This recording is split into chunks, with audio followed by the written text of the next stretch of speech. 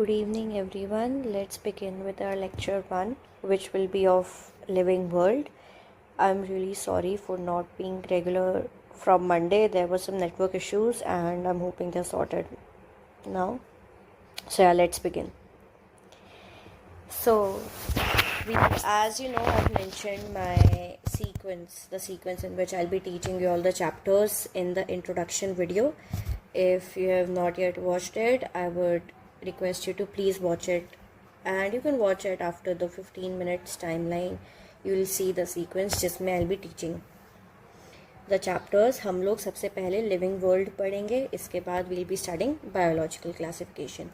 तो बेसिकली शुरू के जो भी दो चैप्टर्स हैं they will be from unit 1, class 11th का unit 1, which is diversity in the living world. So या let's begin. Introduction is important considering NEET 2025. So let's use regular or maybe pink.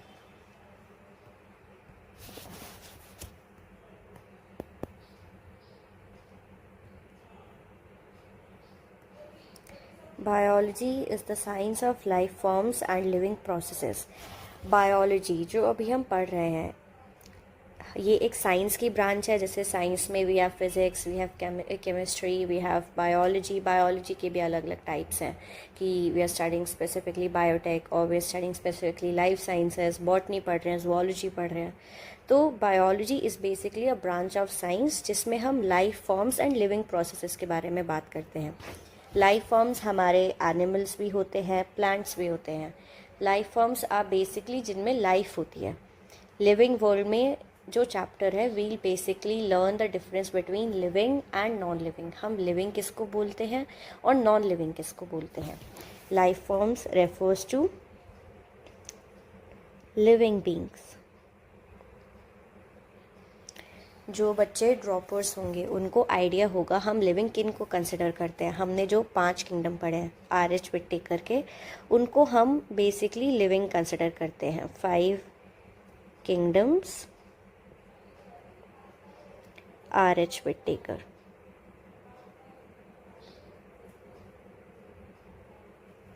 और non living हम किन को consider करते हैं.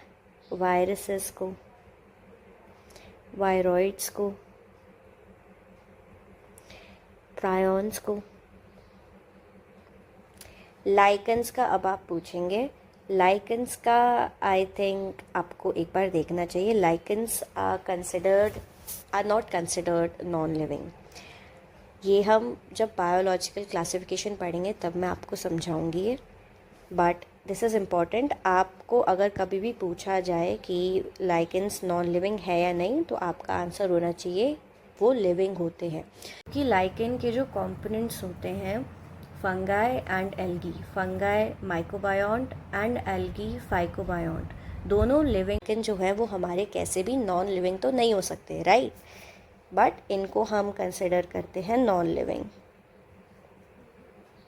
क्योंकि हम लिविंग की डेफिनेशन क्या लेते हैं, जो सेल्यूलर फॉर्म्स होते हैं जिनमें मिनिमम एक सेल हो, मैक्सिमम कितने भी सेल्स हों. यहाँ पर मैं लिख देती हूँ लिविंग के लिए हम क्या क्राइटेरिया कंसिडर करते हैं कि उनमें एक सेल हो या मैनी सेल. लिविंग के लिए वी कंसिडर सेल्यूलर ऑर्गेनाइजेशन.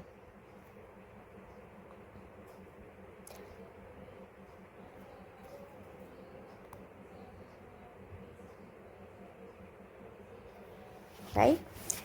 तो इतना अभी हमने एक लाइन पढ़ी है कि biology is the science of life forms and living processes. Living processes is basically physiological processes.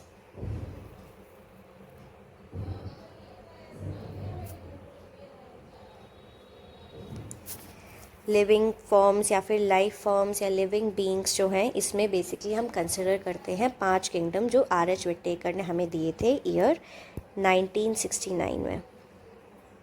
ये NCERT के रिस्पेक्ट में है. नॉन लिविंग में हम कंसिडर करते हैं वायरॉइड्स, प्रायॉन्स, वायरसेस, क्योंकि ये acellular forms of life होते हैं. लाइकन्स जो होते हैं they are not non living.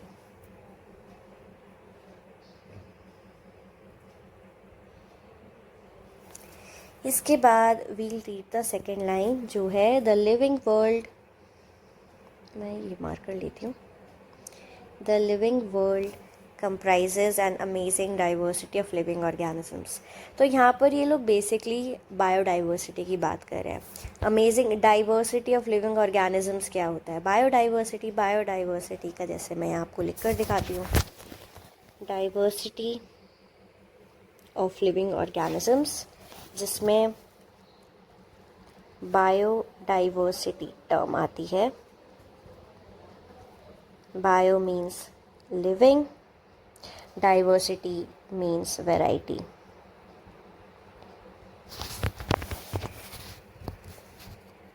Early man could easily perceive the difference between animate and inanimate matter या फिर living and inanimate matter। तो बेसिकली जो हमारे अर्ली ह्यूमंस थे they could easily perceive the difference between moving and non moving things. उनको पता था कि हाँ ये ज़िंदा चीज़ है, ये चीज़ ज़िंदा नहीं है। इट्स नॉट ओनली अबाउट चलते फिरने से, उनको और भी उनके पास क्राइटेरिया थे जिससे उनको पता चलता था कि हाँ ये चीज़ लिविंग है, ये चीज़ नॉन लिविंग है। फॉर एग्ज़ाम्पल अगर हम मिट्टी लेते हैं, हवा चलती है, मिट्टी उड़ती है, तो एक तरह से वो इनएनिमेट तो नहीं हुई ना, राइट? तो बट अर्ली ह्यूमंस न्यू कि हाँ मिट्टी is non living, plants are living, animals are living. तो दैट इज़ द थिंग कि early man could easily perceive the difference between inanimate matter and living organisms. अब यहाँ पर एक क्वेश्चन ये आ सकता है दिमाग में कि जो अर्ली मैन था उसको कैसे पता चला कि हाँ ये इनएनिमेट मैटर है, ये लिविंग ऑर्गेनिज्म है। तो बेसिकली हम यहाँ पर वही क्राइटेरिया पर आ गए कि हम किसी चीज़ को लिविंग कब बोलते हैं। हम किसी चीज़ को लिविंग बोलते हैं अगर वो ग्रो कर रही है, अगर वो रिप्रोड्यूस कर रही है, अगर वो स्टिमुलाई को रिस्पॉन्ड करती है, तो we can say response to stimuli.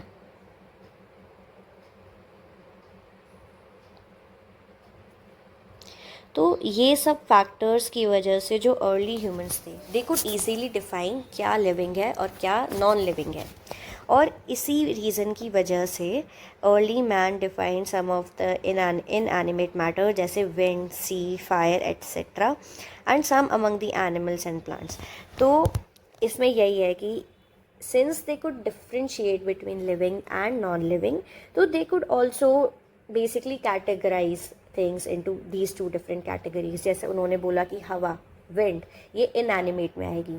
उन्होंने बोला ये कुछ, उनको कुछ एनिमल्स दिखे, उन्होंने बोला कि ये लिविंग ऑर्गेनिजम्स में आएंगे। उनको दिखा लेट से वूल दिखी, उनको शीप दिखी, शीप को उनको पता था कि हाँ ये लिविंग ऑर्गेनिजम्स में आती है क्योंकि शीप बड़ी हो रही है, बेबी से बड़ी शीप बन रही है, शीप रिप्रोड्यूस कर रही है, शीप रिस्पॉन्ड करती है स्टिमुलाई को। अगर वो कुछ आवाज़ दे रहे हैं the sheep responds to that sound stimuli.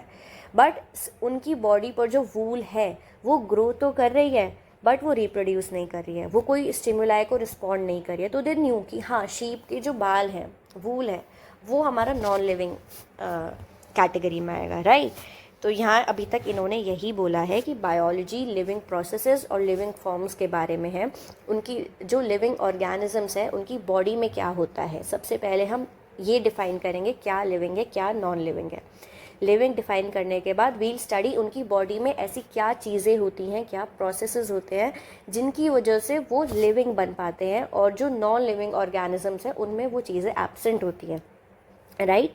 फिर हमने पढ़ा था कि जो लिविंग वर्ल्ड है वहाँ पर काफ़ी डाइवर्सिटी प्रेजेंट है लिविंग ऑर्गेनिजम्स की, और इसी डाइवर्सिटी को एक कलेक्टिव टर्म बोला जाता है बायोडाइवर्सिटी, जो हम बायोडाइवर्सिटी चैप्टर में पढ़ेंगे, which was coined by sir Edward Wilson who was a sociobiologist. और उनके according biodiversity basically represents the diversity और the variety of different types of living organisms at all levels of biological classification. मतलब कि एक second में एक एक करके बताती हूँ। ये सबसे पहले बायोडाइवर्सिटी टर्म किसने दी थी?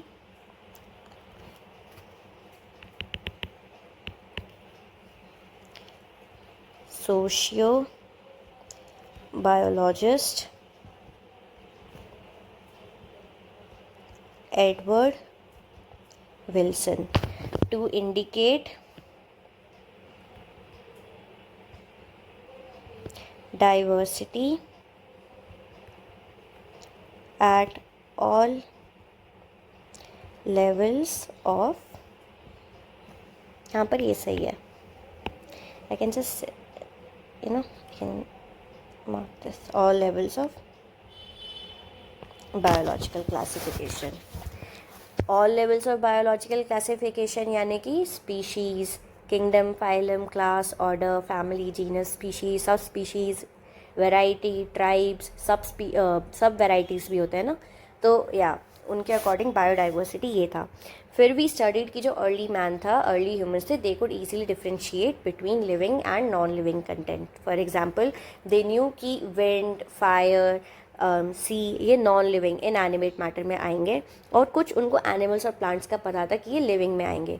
हम यहाँ पर कुछ इसलिए बोल रहे हैं क्योंकि अगर हम एवोल्यूशन चैप्टर जब हम पढ़ते हैं उसमें हम ब्रेन कैपेसिटीज़ पढ़ते हैं, तो जो अर्ली ह्यूमंस थे उनकी जो ब्रेन कैपेसिटीज़ थी वो ग्रेजुअली इंक्रीज़ हुई है टाइम के साथ. तो अगर हम बिल्कुल शुरू के सबसे जैसे ड्रायोपिथेकस, रामापिथेकस के टाइम का कंसिडर करें, उनकी brain capacities were next to zero. तो उनको वो ये चीज़ें डिफ्रेंशिएट कर पा रहे हैं, that is itself an achievement for considering that time zone, उनकी ब्रेन कैपेसिटी. तो इसीलिए यहाँ पर इन्होंने बोला है सम. हर किसी को वो नहीं कर पा रहे थे, हमारे तरह उनके सेंसेस डेवलप्ड नहीं थे उस time. Next we have a common feature of all such inanimate and animate objects was the sense of awe or fear that they evoked. तो it is just simple कि जब हम कोई नई चीज़ देखते हैं तो of course we are excited, हमें थोड़ा शौक लगता है, we are a little scared to कि ऐसे करेंगे तो क्या होगा, अगर हमने ऐसे किया तो क्या हुआ, अगर हमने इसको टच किया तो क्या होगा. जैसे अगर कोई बेबी है, कोई बच्चा है, वो कोई कॉकरोच को देख रहा है फर्स्ट टाइम, उसने बस कॉकरोच को चलते हुए देखा है और वो फर्स्ट टाइम अपनी लाइफ में कोई बड़ा कॉकरोच देख रहा है जो फुल्ली डेवलप्ड कॉकरोच है, और वो उसको टच करता है और वो कॉकरोच उड़ने लगता है, तो that will instil a feeling of fear and shock in that kid, right, क्योंकि उसने कभी वो चीज़ देखी नहीं है, that was new to him और हर. तो यहाँ पर वही बोला है कि a common feature of all such inanimate या एनिमेट, जो भी उनको नए ऑब्जेक्ट्स मिलते थे, नए उनको कंटेंट मिलता था, उससे वो या तो मतलब एक उससे क्यूरियोसिटी जगती थी उनकी, basically they talking about curiosity जो वो जनरेट करती थी वो चीज़ें उनके अंदर. तो it's not that important but I still right it here just for your understanding. तो इस लाइन से यहाँ तक का बेसिकली मतलब है क्यूरियस टेंडेंसी थी उन लोगों की, और उन लोगों की नहीं, ह्यूमंस की इनफैक्ट क्यूरियस टेंडेंसी होती है, we are always curious to learn something new. इसके बाद हम पढ़ते हैं the description of living organisms. सिर्फ living organisms including human beings began much later in human history. तो यही है कि जो हम लिविंग ऑर्गेनिजम्स के बारे में हम बात कर रहे हैं, उनकी फिजियोलॉजी के बारे में बात कर रहे हैं, उनकी मॉर्फोलॉजी के बारे में, एनाटॉमी के बारे में, बायोलॉजी के बारे में, ये सब जो स्टडीज़ थे काफ़ी बाद में आए थे, क्योंकि पहले हम यूजुअली अपने सराउंडिंग में जो हमें एनिमल्स मिल रहे थे, हमारे सराउंडिंग की जो बायोडाइवर्सिटी थी लिविंग ऑर्गेनिजम्स की, हम उनको एक्सप्लोर कर रहे थे. हम पहले उनमें कोई रिलेशनशिप्स फाइंड कर रहे थे जो हम पढ़ते हैं टेक्सोनॉमी के अंदर, सिस्टमैटिक्स के अंदर. तो ये इसलिए इन्होंने यहाँ पर बोला कि ह्यूमंस का जो डिस्क्रिप्शन था वो सबसे लास्ट में आया था, पहले हम और चीज़ों का स्टडी कर रहे थे. ये आप एवोल्यूशन चैप्टर में भी देखेंगे यही सीक्वेंस की जो ह्यूमन एवोल्यूशन है, उन्होंने लास्ट में ह्यूमन एवोल्यूशन पढ़ाया है. इनफैक्ट ह्यूमन एवोल्यूशन में भी उसके भी उन 2-3 पैराग्राफ्स में भी लास्ट में मॉडर्न ह्यूमंस के एवोल्यूशन का बताया गया है. तो दैट इटसेल्फ शोज़ कि पहले humans were mostly interested in learning more about the relationship between other organisms. उनका मेन शुरू में पर्पज़ होता था कि वो अपने यूज़ के लिए ऑर्गेनिजम्स को आइडेंटिफाई करें, जो उनको चीज़ें काम की थी उनके बारे में देखें. ह्यूमंस को आपस में उनको पता था कि वो एक कम्युनिटी की तरह रहते हैं, उनको आपस में सबके रोल्स डिवाइडेड थे, अर्ली ह्यूमंस का कंसिडर करें जब हम. तो या यहाँ पर बस इन्होंने ये बोला, they were mostly concern about use and disuse of living use and disuse of organisms. तो यह मैं यहाँ पे लिख देती हूँ, the description of living organisms including human beings began much later in history. Early humans were mostly interested in learning about use or disuse of organisms. Societies which indulged in anthropocentric view of biology could register only limited progress in biological knowledge. तो anthropocentric का मतलब क्या होता है? Anthropocentric view of biology basically refers to studying biology एक human centred perspective से, कि humans के अराउंड रिवॉल्व हो रही है बायोलॉजी. जो चीज़ ह्यूमंस के लिए फ़ायदेमंद है हम उनको पढ़ रहे हैं, जो चीज़ ह्यूमंस के लिए डेंजरस है हम उनको पढ़ रहे हैं, जो बीच में चीज़ें आ रही हैं उनको हम इतना इंपॉर्टेंस नहीं दे रहे हैं. Basically we are either studying the black zone और we are either studying the white zone, we are not considering the grey zone in between. तो एंथ्रोपोसेंट्रिक का मैं यहाँ लिखती हूँ. Anthropocentric view of biology is basically human centric study of biology. Human centric, इसका मतलब ही यही होता है, human related.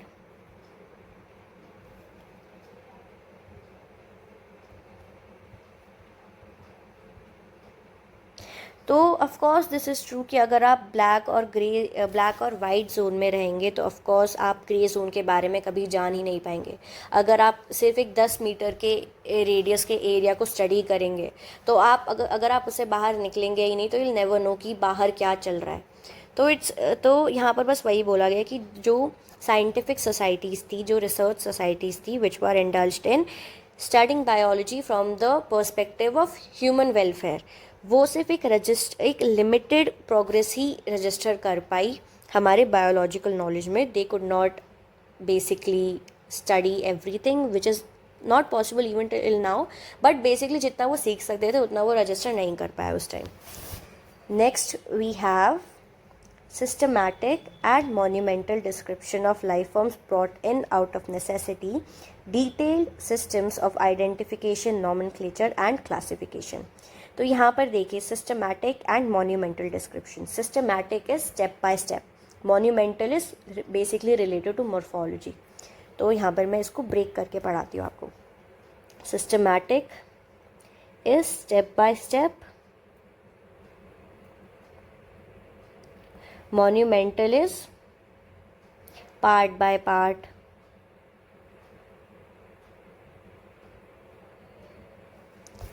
description of life forms brought in out of necessity, detailed systems for identification, classification and nomenclature.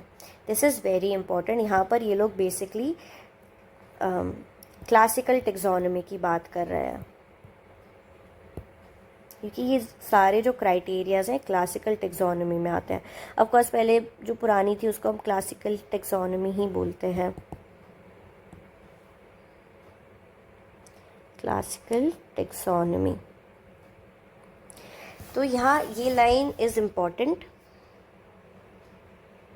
इस line में इन्होंने बोला है कि सिस्टमैटिक यानी कि step by step study of part by part, मतलब अगर हम कोई लिविंग ऑर्गेनिज्म ले रहे हैं उसके एक एक पार्ट की हम स्टडी कर रहे हैं एक एक स्टेप में. ऐसे जब हम किसी लिविंग ऑर्गेनिज्म की स्टडी कर रहे थे तो ऑफ कोर्स जब हम एक एक पार्ट को पूरा अच्छे से पढ़ेंगे हमें कई सारी ऐसी चीज़ें पता चलेंगी. We would register so many new facts जो हमने पहले कहीं मेंशन नहीं किया अपने साइंटिफिक रिसर्च पेपर्स में या कहीं पर भी स्टडीज़ में. तो बस इसीलिए बोला है कि जब हम part by part living organisms की स्टडी कर रहे थे एक एक करके, तो हमें उस टाइम आउट ऑफ नेसेसिटी हमें ज़रूरत पड़ी ऐसे क्लासिफिकेशन, ऐसे सिस्टम्स की जहाँ पर सिस्टम्स की जो हमें हेल्प करे आइडेंटिफिकेशन में, क्लासिफिकेशन में एंड नॉमेनक्लेचर में उन लिविंग ऑर्गेनिजम्स के एंड उनके पार्ट्स के, जो भी हम उनका पार्ट स्टडी कर रहे हैं. तो अभी तक हमने पढ़ा सिर्फ एंथ्रोपोसेंट्रिक व्यू ऑफ बायोलॉजी, जिसमें सिर्फ हम ह्यूमन सेंट्रिक स्टडी कर रहे थे.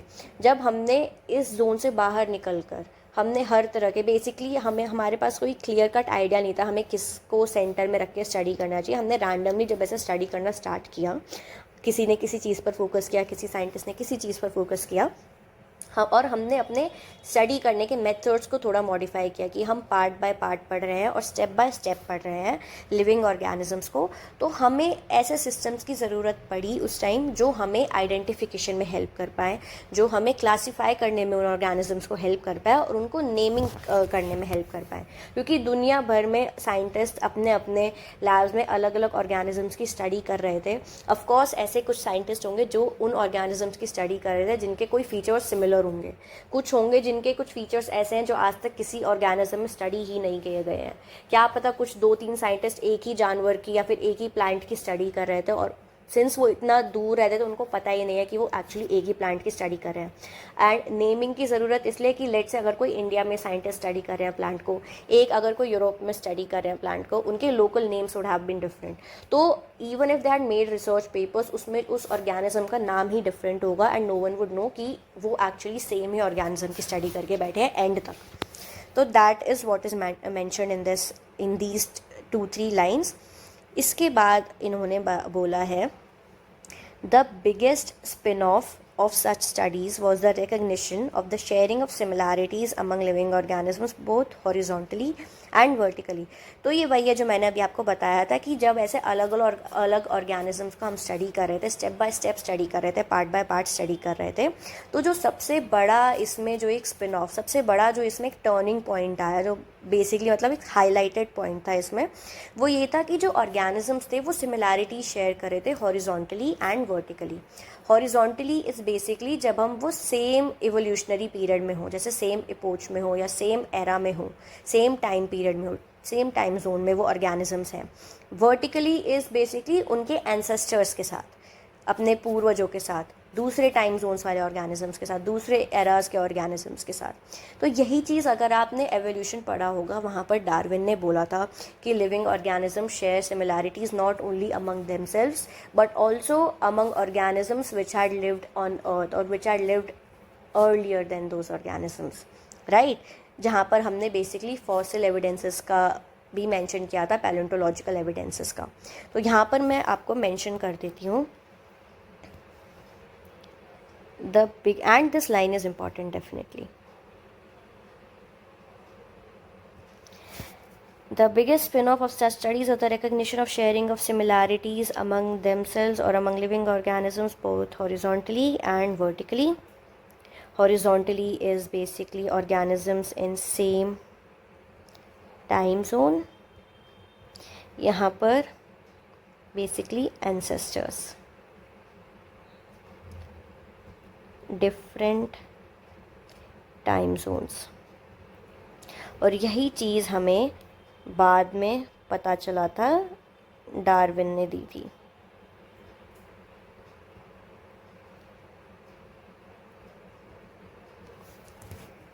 That all present day organisms और living organisms are related to each other and also to all organisms. यहाँ पर ऑल पे देखना है आपको। All organisms that ever lived on this earth was a revelation that humbled man and led to cultural movements for conservation of biodiversity। अब जब humans को पता चला कि जो हमारे लिविंग ऑर्गेनिजम्स हैं वो अपने एंसेस्टर्स से भी सिमिलैरिटी शेयर करते हैं, वो आपस में भी सिमिलैरिटी शेयर करते हैं, तो ऑफकोर्स जो आने वाले जनरेशन में ऑर्गेनिजम्स होंगी, स्पीशीज़ होंगी, वो हमसे भी सिमिलैरिटी शेयर करेंगी। और लेकिन अगर हम अभी उन सभी बेसिकली इस हम ये बोल सकते हैं जो सारी स्पीशीज़ है वो इंटरडिपेंडेंट है एक दूसरे पर। तो इसका इनडायरेक्ट मतलब हम यहाँ पर ये भी ले सकते हैं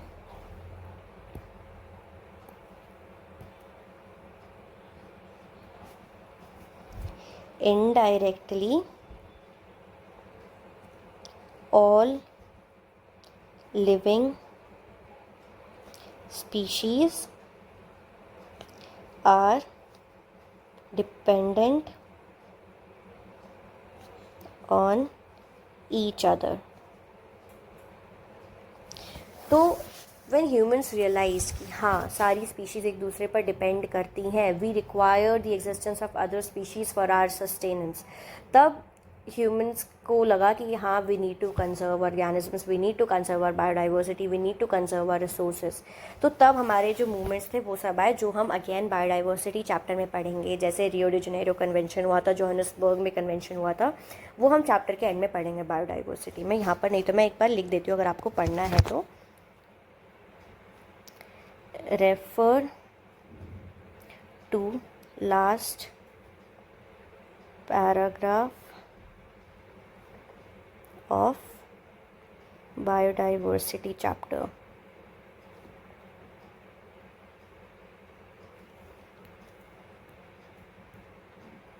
ऑलराइट, इसके बाद इन्होंने बोला है in the following chapters of this unit you will get a description including classification of animals and plants from a taxonomist perspective.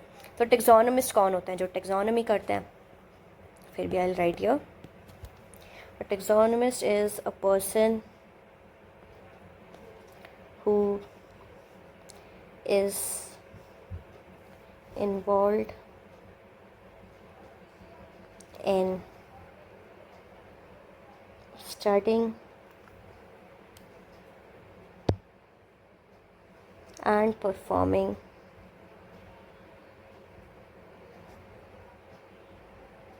taxonomy and taxonomical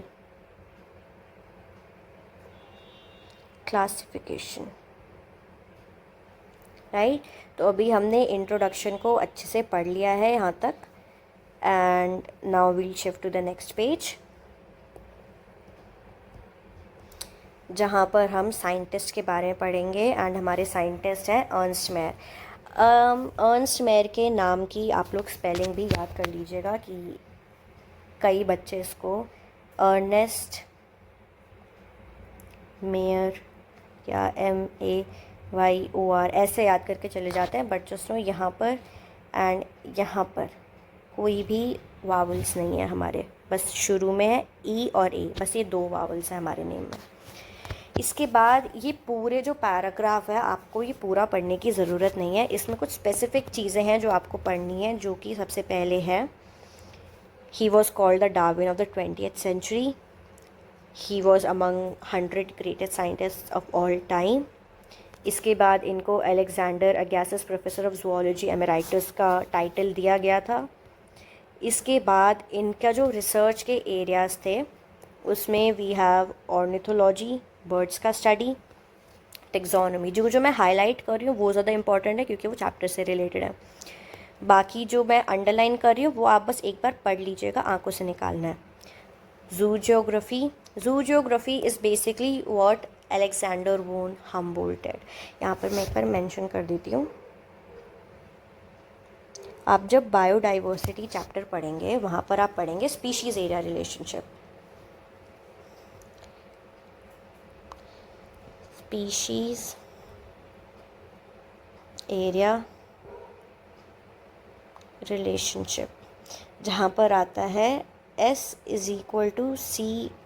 CA⁻Z, जिसको दिया गया था, जो बेसिकली दिया गया था by geographer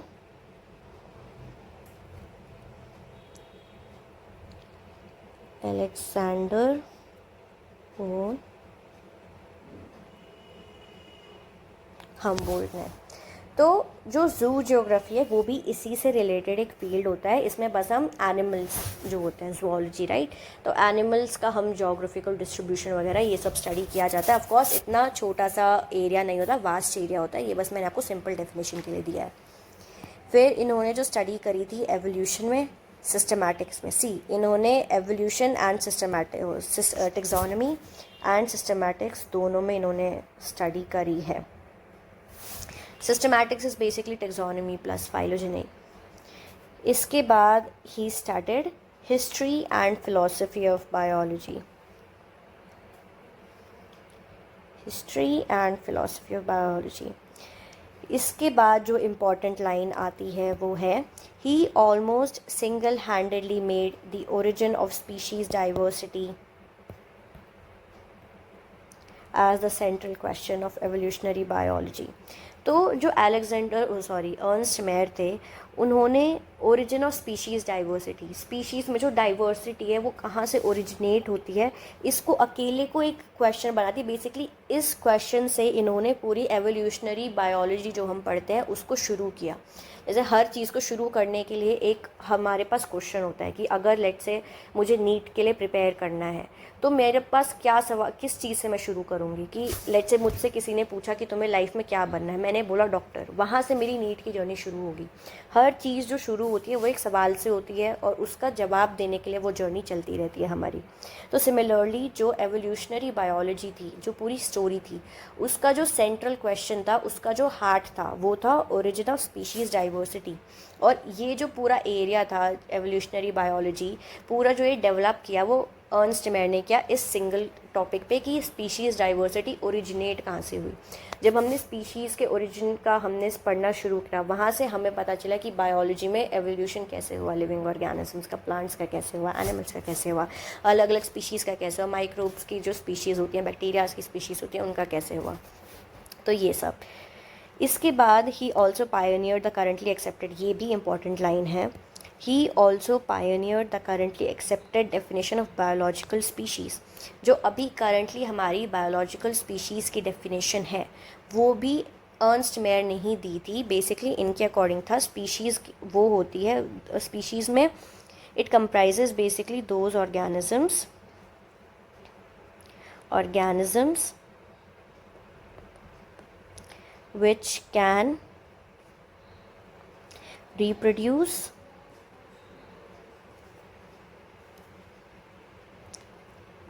among themselves and not with members of any other species. ये उन्होंने डेफिनेशन दी थी आज की जो मॉडर्न बायोलॉजिकल स्पीशीज़ की डेफिनेशन है। तो उन्होंने अर्नस्ट मेयर का हमने क्या क्या पढ़ा, हमने पढ़ा ही was the Darwin of the 20th century, 100 greatest scientist में से थे वो। उनको Alexander Agassiz professor of zoology emeritus का टाइटल दिया गया था। उसके अलावा इन्होंने जो एरियाज़ में स्टडी करी उसमें ऑर्निथोलॉजी था, जू जियोग्राफी था, टेक्सोनॉमी था, सिस्टमैटिक्स था, इन्होंने हिस्ट्री पढ़ी थी बायोलॉजी की and philosophy of biology. He also studied evolution. Evolution में आप लोग बेसिकली एवोल्यूशनरी बायोलॉजी ही ले सकते हैं क्योंकि ये बायोलॉजी से एसोसिएटेड थे। इन्होंने ओरिजिन ऑफ स्पीशीज़ डाइवर्सिटी से ही एवोल्यूशनरी बायोलॉजी का डेवलपमेंट किया, उस फील्ड का डेवलपमेंट किया। इन्होंने करंटली एक्सेप्टेड जो बायोलॉजिकल स्पीशीज़ की डेफिनेशन है वो इन्होंने बताई थी। इसके बाद जो एक इसमें इंपॉर्टेंट लाइन आती है कि इनको ट्रिपल क्राउन ऑफ बायोलॉजी से अवार्ड किया गया था, जिसमें हमारे 3 प्राइज़ आते हैं, Balzan prize, Crafoord prize and the international prize for biology. And he died at the age of 100 in the year 2004। तो ये सब आपको इसमें याद करना है। एंड नेम का मैंने आपको बोला था कि नेम का आप प्लीज़ स्पेलिंग ध्यान रखिएगा, ये गलत हैं स्पेलिंग्स। तो हमने साइंटिस्ट का भी पढ़ लिया है, अब हम मेन चैप्टर पर आएंगे। चलिए चलते हैं।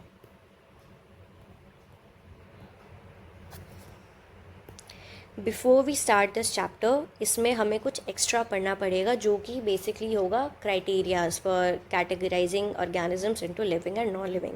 ये मैं आपको एंड में पढ़ाऊंगी इस चैप्टर के, और नहीं तो हम उसको बीच में भी इनकॉर्पोरेट कर सकते हैं, इतनी कोई बड़ी डील है नहीं। बट एंड में पढ़ाने का फ़ायदा ये है कि वहाँ पर मैं आपको एग्जाम्पल्स बता दूँगी और मैं आपको चैप्टर का लिंक दे दूँगी। जैसे लेट्स से अगर हम फिलामेंटस एल्गी का अगर हम एग्जांपल दे रहे हैं तो वो फिलामेंटस एल्गी के एग्जांपल्स आप और कहाँ पढ़ेंगे एनसीईआरटी बायोलॉजी में, तो मैं आपको ऐसे लिख कर दूँगी वहाँ पर कि फिलामेंटस एल्गी एग्जांपल, मैंने यहाँ हेडिंग लिखी एग्जांपल इनके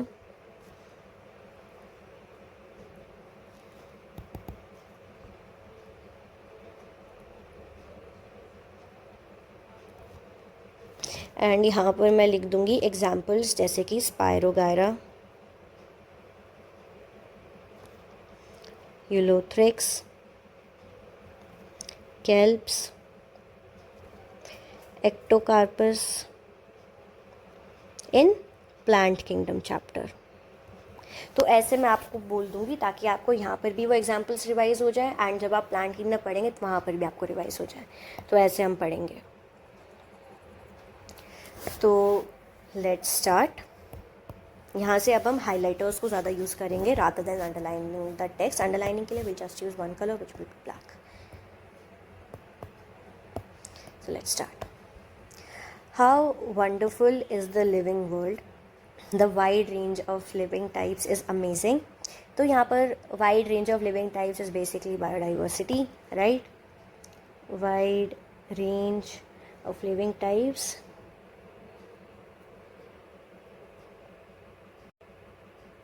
क्योंकि ये चैप्टर, ये यूनिटी बायोडाइवर्सिटी से रिलेटेड है। The wide range of living types is amazing. तो यहाँ पर बेसिकली वो बायोडाइवर्सिटी की ही बात कर रहे हैं। The extraordinary habitats in which we find living organisms. तो यहाँ पर जो इन्होंने extraordinary habitats in which we find living organisms में ब्रॉड सेंस में इन्होंने बात करी है किंगडम मोनेरा के ऑर्गेनिजम्स की।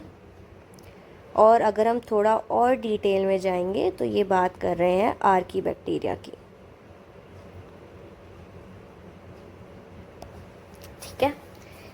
B it cold mountains, deciduous forests, oceans, freshwater lakes, deserts or hot springs leave us speechless. The beauty of a galloping horse, of the migrating birds, the valley of flowers or the attacking sharks evoke awe and a deep sense of wonder. जैसे मैंने अभी आपको introduction में बताया था कि humans have a tendency of being curious about new things, about different things that they don't know earlier about.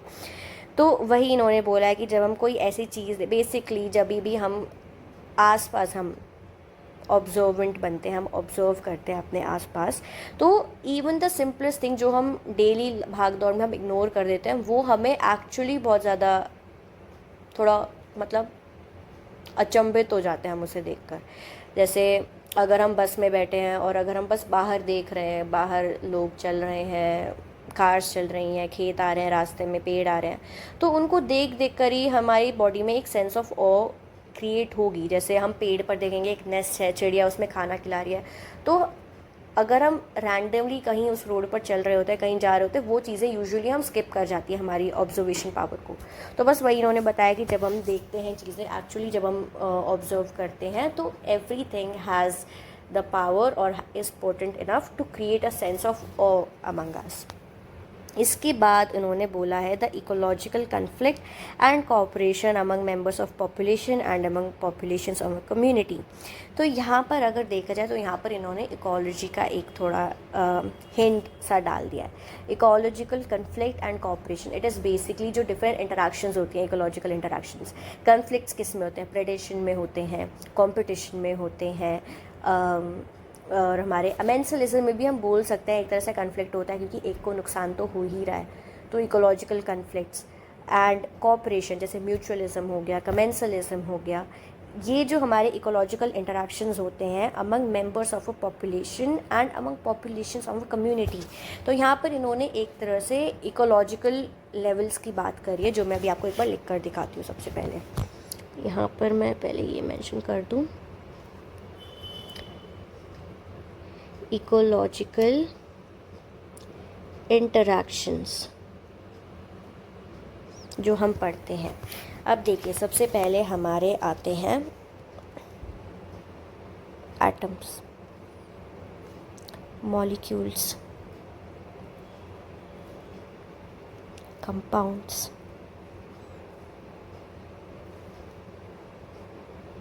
Cell. Compounds या इनको हम केमिकल्स भी बोल सकते हैं।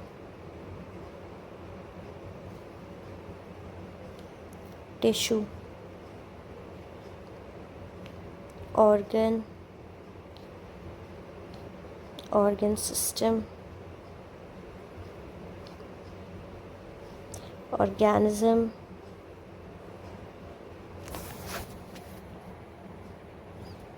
पॉपुलेशन,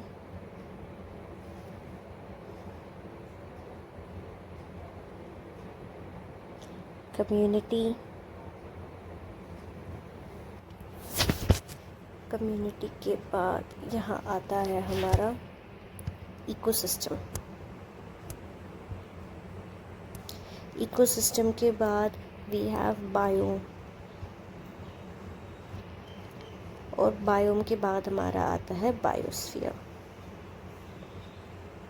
तो ऐसे हमारी इकोलॉजिकल क्लासिफिकेशन होती है कि सबसे पहले एटम्स बनते हैं, एटम से मॉलिक्यूल्स, मॉलिक्यूल से केमिकल्स या कंपाउंड्स, फिर सेल, फिर tissues, organs, organ systems, organism मिलकर एक पॉपुलेशन बनाते हैं, पॉपुलेशन मिलकर एक कम्युनिटी बनाती है। जैसे हरियाणा में है, हरियाणा में लोग हैं, वो सारे मिलकर एक पॉपुलेशन बना रहे हैं। अब उसके बाद हरियाणा के जो लोग हैं, कुछ लोग बाहर भी होंगे हरियाणा से, तो वो अलग अलग स्टेट्स में होंगे, तो हरियाणा के लोग और वो अलग अलग स्टेट्स के लोग, वो सब मिलकर बनाएंगे कम्युनिटी। कम्युनिटी से बनता है इकोसिस्टम। जब अलग अलग कम्युनिटीज़ एक साथ रहती है, जैसे इंडिया में अलग अलग रिलीजन के लोग एक साथ रहते हैं, अलग अलग कास्ट के लोग एक साथ रहते हैं, तो वो मिलकर बनाते हैं इकोसिस्टम। इकोसिस्टम से फिर बनता है बायोम, जब अलग अलग ऐसी कम्युनिटीज़ जुड़ती हैं, जब अलग अलग ऐसे इकोसिस्टम्स जुड़ते हैं, इंडिया का इकोसिस्टम, पाकिस्तान का इकोसिस्टम, इंडोनेशिया का इकोसिस्टम, यूएसए का इकोसिस्टम, सब मिलकर बनाते हैं बायोम। और पूरे अर्थ के कलेक्टिव बायोम को हम बोलते हैं biosphere. All the living components of the earth are considered in the biosphere. इसके बाद एक सेकेंड में इसको अंडरलाइन कर दूँ, among members of a population and population of a community. ठीक है, जो ये अभी हमने बेसिकली इसी के बारे में उन्होंने बात करी, इकोलॉजिकल क्लासिफिकेशन। और even the molecular traffic inside a cell. तो मॉलिक्यूलर ट्रैफिक इज़ बेसिकली जो फिजियोलॉजिकल एक्टिविटीज़ हो रही होती है हमारे सेल के अंदर, मॉलिक्यूलर ट्रैफिक। ये अगर आप बायोमोलिक्यूल्स चैप्टर पढ़ेंगे, वहाँ पर मॉलिक्यूलर ट्रैफिक के बारे में बताया गया है, जहाँ पर उन्होंने एक उन्होंने वर्ड दिया है, एक टर्म दिया है, जिसको हम बोलते हैं टर्नओवर रेट। एक सेकंड, पहले मैं यहाँ लिख दूँ।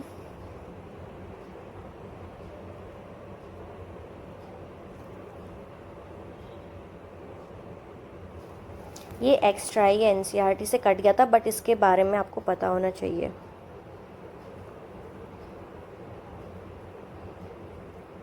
टर्नओवर रेट इज़ बेसिकली कि लेट्स से अगर मैं 10 आटे का जो डो है, 10 आटे का जो डो है वो मैं किसी को दे रही हूँ, ऐसे पूरा वो जो बना कर देते हैं, और दो कंपनीज़ को मैंने दिया। एक कंपनी उस 10 लोई, आटे की लोई से बना रही है 20 रोटियां, एक कंपनी उस 10 से बना रही है 5 रोटियां। तो जो टर्नओवर रेट है, इट इज़ बेसिकली कि जो रॉ मटेरियल्स है उससे कितना प्रोडक्ट बन रहा है हमारा, उसको हम टर्नओवर रेट बोलते हैं। जैसे जो कंपनी 1 है उसका टर्नओवर रेट ज़्यादा है, वो 10 से 20 बना रही है। कंपनी 2 है, उसका turnover rate is very low, वो 10 से 5 ही बना पा रहे हैं। तो वो टर्नओवर रेट है कि हमारी बॉडी में जब भी कोई एक प्रोसेस हो रहा है, फिजियोलॉजिकल प्रोसेस, उसमें जो एंजाइम है उसका टर्नओवर रेट क्या है, वो कितना एफिशिएंटली किसी चीज़ को, अपने सबस्ट्रेट को कन्वर्ट कर रहा है प्रोडक्ट में। तो ये यहाँ पर हम लिख रहे हैं टर्नओवर रेट की definition. Maximum number of substrate molecules and enzyme can convert to product per unit time और पर एक्टिव साइट। ऑलराइट, तो बस इन्होंने यही बोला कि ये जो सारी चीज़ें हैं जो हम देखते हैं अपने सराउंडिंग में, हम देखते हैं, हम जो इकोलॉजिकल इंटरैक्शंस देखते हैं, हम जो इवन माइक्रोस्कोप के अंदर हम जो अपने फिजियोलॉजिकल प्रोसेसेस को देखते हैं, फिजियोलॉजिकल प्रोसेस में क्या इन्वॉल्व होते हैं, बायोमोलिक्यूल्स इन्वॉल्व होते हैं। तो वही इन्होंने बोला कि जो मॉलिक्यूलर ट्रैफिक है हमारे सेल का, वो सब हमें एक ही चीज़ पर रिफ्लेक्ट करने पर मजबूर करते हैं, हमें इंस्टिगेट करते हैं कि व्हाट इज़ लाइफ। अब इस क्वेश्चन के 2 मीनिंग हो सकते हैं, या तो तुम फिलोसफिकल मीनिंग ले लो कि लाइफ क्या होती है, life is all about karma, life is all about what you give to others etcetera, philosophical meaning. Second है टेक्निकल और एक साइंटिफिक मीनिंग। एक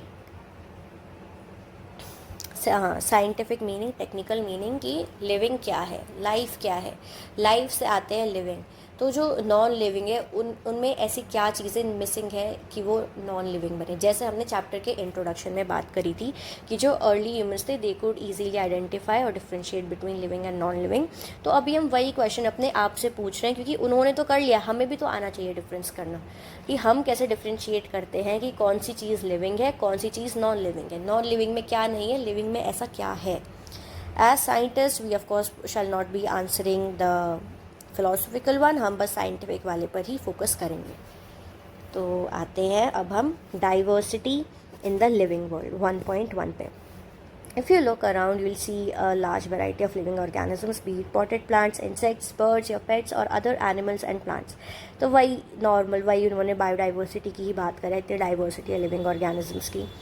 There are also several organisms that you cannot see with your naked eye, but they are all around you. Of course, we are talking about microbes, जो हमारे monerans होते हैं, जो हमारे protozoans होते हैं. If you were to increase the area that you make observations in, the range and variety of organisms that you see would increase. This is important क्योंकि यहाँ पर इन्होंने किस चीज़ की बात की है, यहाँ पर इन्होंने स्पीशीज़ एरिया रिलेशनशिप की बात की है। Obviously, if you were to visit a dense forest, you would probably see a much larger or greater number and kinds of living organisms in it. तो जो भी इन्होंने यहाँ पर ये बात करी है, ये जो मैं कुछ लाइंस अंडरलाइन कर रही हूँ जिनको मैं अभी हाईलाइट भी करूँगी, यहाँ पर इन्होंने बस स्पीशीज़ एरिया रिलेशनशिप के बारे में बात करी है, जो मैंने आपको ऊपर बताया था। सर अलेक्जेंडर वोन Humboldt, who was a German geographer. मैं यहाँ लिख देती हूँ स्पीशीज़ एरिया रिलेशनशिप। ऑल्सो इसमें एक चीज़ याद रखनी है, अलेक्जेंडर वोन हम्बोल्ट एक जोग्राफर के साथ साथ एक नेचुरलिस्ट भी थे। यहाँ पर मैंने कहीं लिखा था उनके बारे में, एक second,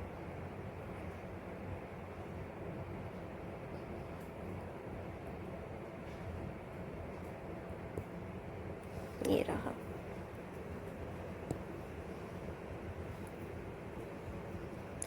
and naturalist.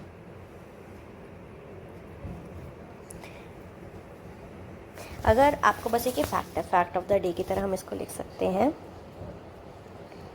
French naturalist Lamarck gave an evolution theory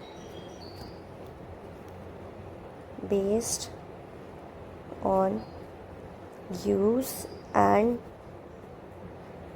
disuse of organisms. ये ऐसी चीज़ें हैं जिसमें हम कंफ्यूज हो जाते हैं यूजुअली। ये फ्रेंच नेचुरलिस्ट है, ये जर्मन नेचुरलिस्ट है। यहाँ पर मैंने लिखा नहीं है ना, जर्मन लिख देती हूँ मैं यहाँ पर, ही वॉज जर्मन। तो अभी now let's shift to the former page. ये रहा, यहाँ पर मैं हाईलाइट कर दूँगी, अभी ऐसे बोरिंग लग रहा है बहुत ज़्यादा। तो इस लाइन में उन्होंने बस स्पीशीज़ एरिया रिलेशनशिप का बताया था कि जैसे जैसे हम एरिया जो एक्सप्लोर कर रहे हैं उसकी रेंज बढ़ाते जाएंगे, the number and variety of organisms जो हम वहाँ देखेंगे वो भी इंक्रीज़ होते जाएंगे। बट इसकी एक लिमिट होती है, एक लिमिट के बाद जो वो वेरिएशंस हैं वो स्टेडी हो जाएंगी, वो और ज़्यादा जितना पहले वो बढ़ रही थी वो उतनी नहीं बढ़ेंगी। और इसका जो प्रूफ है वो हमें मिलता है स्पीशीज़ एरिया रिलेशनशिप के ग्राफ से, जो मैं बनाती हूँ, एक सेकेंड।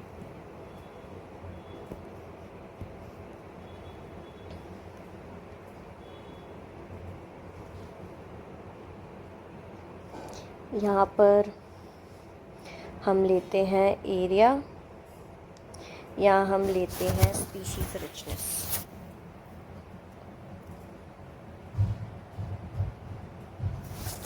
और जो ये ग्राफ की स्लोप आएगी ये होती है ऐसे। तो यहाँ पर जाकर जो ये हमारा एसिम्पटोट आता है तो वो वही है कि कुछ रेंज तक वो बढ़ती है, उसके बाद फिर वो स्टेबल हो जाती है।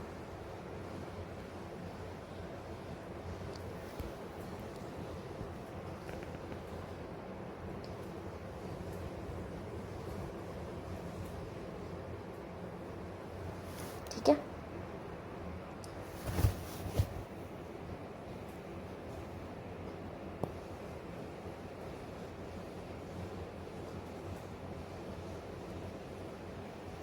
इसको भी हाईलाइट कर देते हैं। बस मैं वही चीज़ें हाईलाइट कर रही हूँ जो आपको पेपर के टाइम पे एग्जैक्टली पढ़नी है, या फिर जब आप नॉर्मली भी एनसीईआरटी पढ़ रहे हैं आपको तभी पढ़नी है। बाकी टाइम आप जो मैंने साइड में थोड़ा बहुत लिखा हुआ है ये सब पढ़ सकते हैं। ऑफकोर्स अगर आपके PYQs आपके हैं एंड जो एग्जाम्पलर के क्वेश्चन है, टेस्ट में जो क्वेश्चन गलत हुए या टेस्ट में जो क्वेश्चन में टाइम लगा या आपको अच्छे क्वेश्चन लगे, वो भी आपको लिखना है, तो वही रिवाइज करना है। Try to make your NCERTs as colourful as possible, क्योंकि उससे फिर पढ़ने का मन करता है। जब आपकी NCERTs बोरिंग होती है, जो आपको पढ़ना है वो ही बोरिंग दिख रहा है, ऑफकोर्स माइंड भी खुश नहीं होगा पढ़ते टाइम उसको। तो बस यही है इसमें। अब यहाँ पर पढ़ते हैं, इस वाले एरिया पे आते हैं।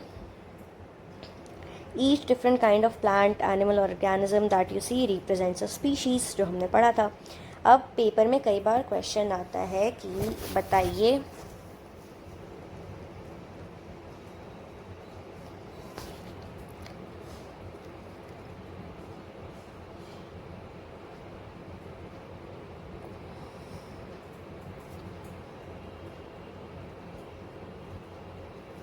मैग्निफेरा इंडिका क्या है? तो आंसर होगा Mangifera indica is a species. Mangifera इसमें क्या है? मैग्निफेरा हुआ जीनस, इंडिका क्या हुआ? इंडिका हुआ specific epithet.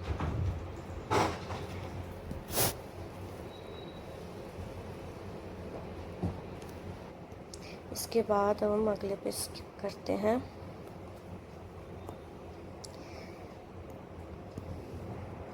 The number of species that are known and described range between 1.7 to 1.8 million, और ये मोस्टली कौन से एरियाज में है? टेम्परेट रीजन्स में।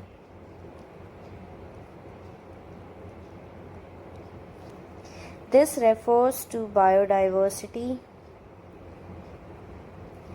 or the number and types of organisms present on earth. तो ये मैंने आपको बता दिया था। अब ये लाइन भी, ये वाली लाइन यूजुअली बच्चे स्किप कर देते हैं। We should remember here that as we explore new areas and even the old ones, new organisms are continuously being identified. इसमें जो क्वेश्चन है वो यहाँ से आ सकता है कि बच्चे ओल्ड वंस वाली वर्ड को, ये फ्रेज को स्किप कर दें, कि हम पुराने एरियाज़ हैं उनको भी दोबारा से एक्सप्लोर कर रहे हैं, तो वहाँ से भी नई स्पीशीज़ हमको मिलती हैं। ये नहीं है कि एक बार हमने एक्सप्लोर कर लिया सब मिल गया वहाँ से।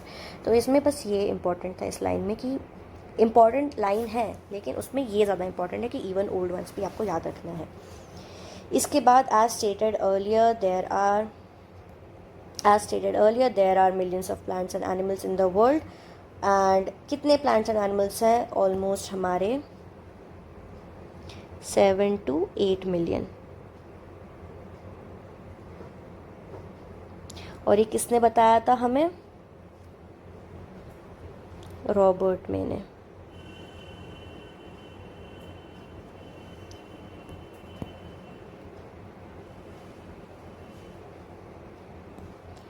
We know the plants and animals in our own area by their local names. सही बात है, कई जगह पर डॉग बोला जाता है, कई जगह पर कुत्ता बोला जाता है, कई जगह पर लेट्स से अगर संस्कृत में बात करें तो वहाँ पर कुकुर बोला जाता है। तो अलग अलग नेम्स हैं अलग अलग लैंग्वेजेस में एंड अलग अलग एरियाज़ में। These local names would vary from place to place even within a country. Probably you would recognize the confusion that would be created if we did not find ways and means to talk to each other to refer to organisms we are talking about, right? कि let's say हमें पता ही नहीं है कि dog और कुत्ता एक ही organism का नाम है। कोई मुझे बोल रहा है कुत्ते के बारे में, मैं उनको डॉग के बारे में बता रही हूँ, और हमको आइडिया ही नहीं है कि हम एक ही ऑर्गेनिज्म की बात कर रहे हैं। तो दैट इज़ द थिंग कि नॉमेनक्लेचर ये कन्फ्यूजन को कम करता है, ये कन्फ्यूजन को मिटाने का ट्राई करता है, उसकी तरफ काम करता है। तो ये याद करने का नहीं है, बस जनरल आइडिया के लिए है। Hence, there is a need to standardize the name of living organisms such that particular organism is known by the same name all over the world. यहाँ से आपके बनते हैं assertion reason। ये हमारा हुआ reason, नहीं सॉरी, ये assertion हुआ, सॉरी assertion। यहाँ तक और यहाँ से यहाँ तक हमारा हुआ रीज़न। असर्शन रीज़न के लिए हम एक कलरफुल लाइन ड्रॉ करेंगे।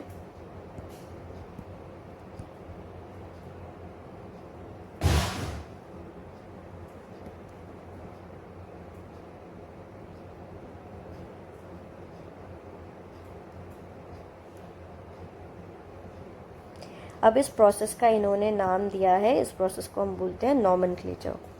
Obviously nomenclature or naming is only possible when the organism is described correctly and we know to what organism the name is attached to. This is known as identification.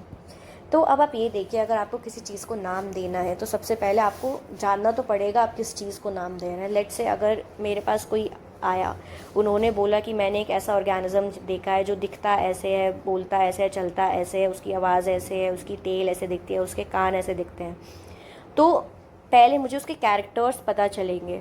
अगर late से मुझे उसके character से पता चला कि ये तो डॉग की बात कर रहा है, तो डॉग का तो हमारे पास ऑलरेडी है साइंटिफिक नेम, तो मुझे उसके कैरेक्टर से पता चल गया कि हाँ ये डॉग की बात कर रहा है. नाम तक पहुँचे हम उसके कैरेक्टर से. अब वो कुछ ऐसे कैरेक्टर्स बता रहा है जो मैंने कभी पहले किसी ऑर्गेनिज्म में देखे ही नहीं है, जो कहीं पर ड्राफ्टेड ही नहीं है वो कैरेक्टर्स, तो तब हम उस ऑर्गेनिज्म का नया नाम निकालेंगे. तो बेसिकली ये है कि ये पेपर में कई बार पूछा जाता है कि सीक्वेंस क्या होता है. तो सीक्वेंस के लिए आप एक ट्रिक याद कर लीजिए. ट्रिक होती है CICN. आकाश के मॉड्यूल्स में ये दोनों इंटरचेंज हुए रहते हैं. एक सेकंड में इसको थोड़ा थिन कर लूँ. CICN. आकाश के मॉड्यूल्स में ये दोनों इंटरचेंज रहते हैं. Characterisation, identification, classification and nomenclature.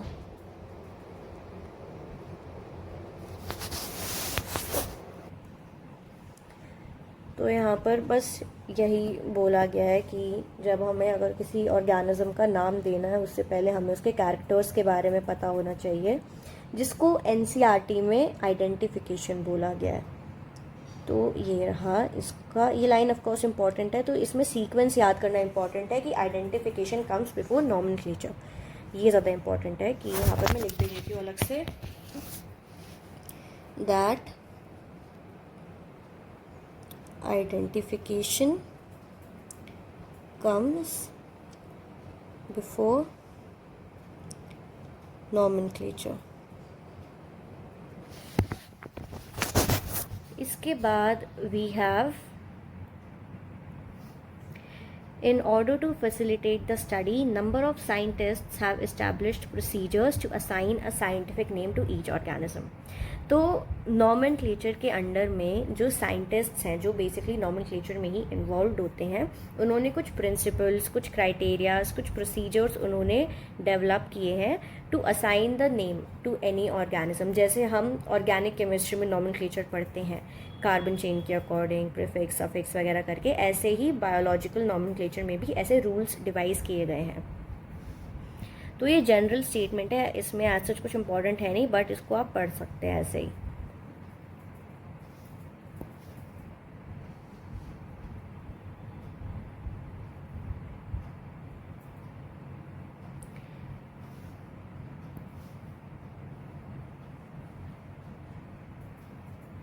This is acceptable to biologist all over the world. तो जो ये प्रोसीजर्स उन्होंने डेवलप करे हैं, तो लेट्स से जो नॉमेनक्लेचर की जो कम्युनिटी है वो हमारी फॉर एग्जांपल ए कंट्री में, ए नाम की कोई कंट्री में है, लेकिन जो साइंटिस्ट हैं वो तो ऑफकोर्स पूरी दुनिया भर में साइंटिस्ट हैं. तो जो वो रूल्स डिवाइस किए गए हैं वो हर जगह एप्लीकेबल हैं. वो यूनिवर्सल रूल्स हैं जो नॉमेनक्लेचर के लिए फॉलो किए जाते हैं. फॉर प्लांट्स जो साइंटिफिक नेम है, तो एक चीज़ के लिए ये लाइन बिल्कुल इग्नोर करने वाली नहीं है, लेकिन ये बिल्कुल ज़्यादा फोकस करने वाली भी नहीं है. तो यहाँ पर इसको बस ये है कि इसको रीड कर लीजिए, जितनी बार भी आप पढ़ रहे हैं NCERT, read once every time.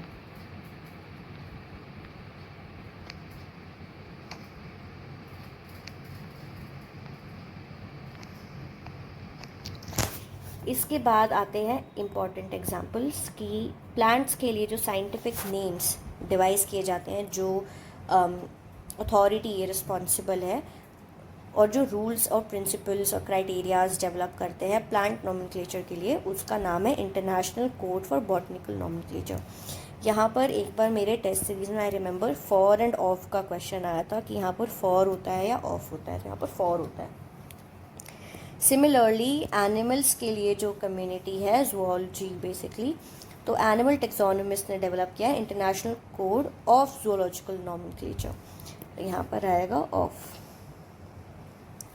Okay, इसमें आप ऐसे भी कर सकते हैं कि जैसे प्लांट्स हैं, फ्लावरिंग प्लांट्स, तो एफ से आएगा, एनिमल्स हैं, एक्स भी देते हैं, ओ से आएगा, ऐसे। इसके बाद अब इन्होंने नॉमेनक्लेचर के फ़ायदे, बेनिफिट्स दिए हैं कि नॉमेनक्लेचर हेल्प कैसे करता है, how nomenclature actually helps us. तो इसमें हम कलर लेते हैं ये वाला। The scientific names ensure that each organism has only one name and is known by only one name all over the world without any variation। जो यहाँ पर लिखा था कि each organism जो है उसका बस एक ही नाम है पूरी दुनिया भर में, particular organism is known by the same name all over the world। Description of any life form or living organism should enable the people in any part of the world to arrive at the same name। कि अगर आप उसी जानवर के characters कहीं पर भी दुनिया भर में बताएंगे तो वो उसी नाम पर आएंगे घूम फिरा कर। ऐसा नाम होना चाहिए कि जैसे अगर आप किसी डॉग के फीचर्स किसी को बताएंगे अमेरिका में और किसी को बताएंगे ऑस्ट्रेलिया में, उन जगहों पर जब वो उनके जो ICZN वाली कम्युनिटी है, अथॉरिटी है, वो हमेशा उसी नाम पर आएगी जो डॉग का एक्चुअल नेम है। वो ये नहीं होगा कि वो नाम अलग अलग जगह पर अलग अलग नाम होगा, क्योंकि नॉमेनक्लेचर में similar principles, identical criterias, identical rules follow होते हैं, यूनिवर्सल लॉज होते हैं इसके। They also ensure that such a name has not been use for any other known organism. Of course वो ध्यान रखना पड़ेगा कि ये जो नाम है ये पहले किसी ऑर्गेनिज्म का नहीं हुआ है, क्योंकि फिर उसे कन्फ्यूजन क्रिएट होगी। तो नॉमेनक्लेचर के यही फ़ायदे हैं। तो आज के लिए वील स्टडी टिल हियर। कल हम इसमें पढ़ेंगे, हम ये नॉमेनक्लेचर का पूरा प्रोसीजर नॉमेनक्लेचर जो है ये कंप्लीट कर लेंगे। हम टेक्सोनोमी पढ़ेंगे, सिस्टमैटिक्स पढ़ेंगे, मॉडर्न एंड क्लासिकल टेक्सोनोमी हम कवर कर लेंगे। इसके बाद will come to taxonomic categories, उनके डेफिनेशन, एंड हम इसमें स्पीशीज़ के बारे में पढ़ेंगे। हम स्पीशीज़ एंड जीनस पे हम कंप्लीट कर देंगे। अगर टाइम फेवरेबल हुआ तो हम इसमें फैमिली भी कंप्लीट कर लेंगे, क्योंकि शुरू के ये 3 ही ज़्यादा इंपॉर्टेंट होता है। लास्ट वालों में इतना ज़्यादा इंपॉर्टेंट, मतलब इंपॉर्टेंट है लेकिन इतना ज़्यादा उनमें कंसेप्ट का रोल नहीं है, याद करने का नहीं है उनमें इतना। All right, thank you everyone, have a good day and a good night.